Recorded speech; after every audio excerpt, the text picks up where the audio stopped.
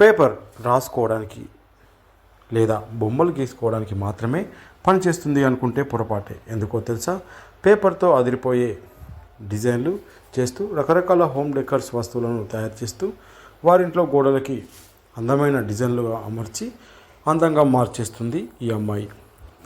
నా పేరు చందన. నేను గోదావరిలో ఉంటున్నాను.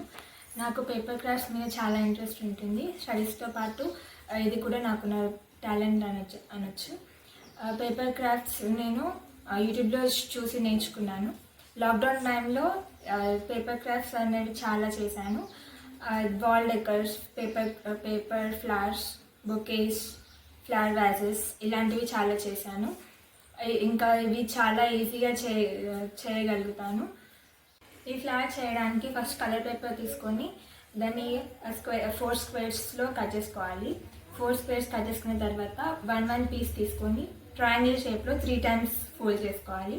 తర్వాత మనకి ఇష్టమైన షేప్ దాని మీద వేసుకొని కట్ చేసుకొని అన్ని 4 స్క్వేర్స్ అలానే కట్ చేసుకున్న తర్వాత ఒక్కొక్కటి పేస్ట్ చేసుకుంటూ ఇలా ఒకదాని మీద ఒకటి అతికించాలి.